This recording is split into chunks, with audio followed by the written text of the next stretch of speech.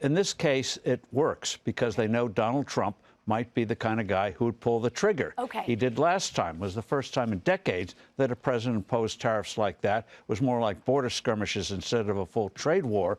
But they know that he is capable of doing those things. Remember that wonderful story of Xi Jinping in Mar-a-Lago in the first part of the term? They crossed the red line in Syria, and while they're having cake for dessert for dinner, Trump calmly tells Xi Jinping, "I'm bombing Syria." That's pretty brilliant. So, yeah, so they take him seriously, much more than this crowd. Well, and that's the thing, right? We see what's happening in the Middle East. We see what's happening on our southern border and how his team is already taking steps to try to combat it, Steve. And you feel the sense of, and they've called it this in the past, they'll call it this again, a maximum pressure campaign. He's going to get what he wants from world leaders so that he can make America great again.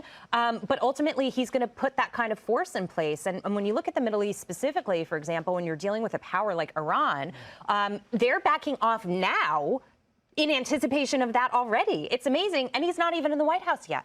Well, and also they're beginning behind-the-scenes negotiations between Mexico and Canada. So, in effect, he's already starting to be president. Right. And in the Middle East, a big decision is going to have to be made in the next few months. Are they going to let Iran have the capacity to get the bomb?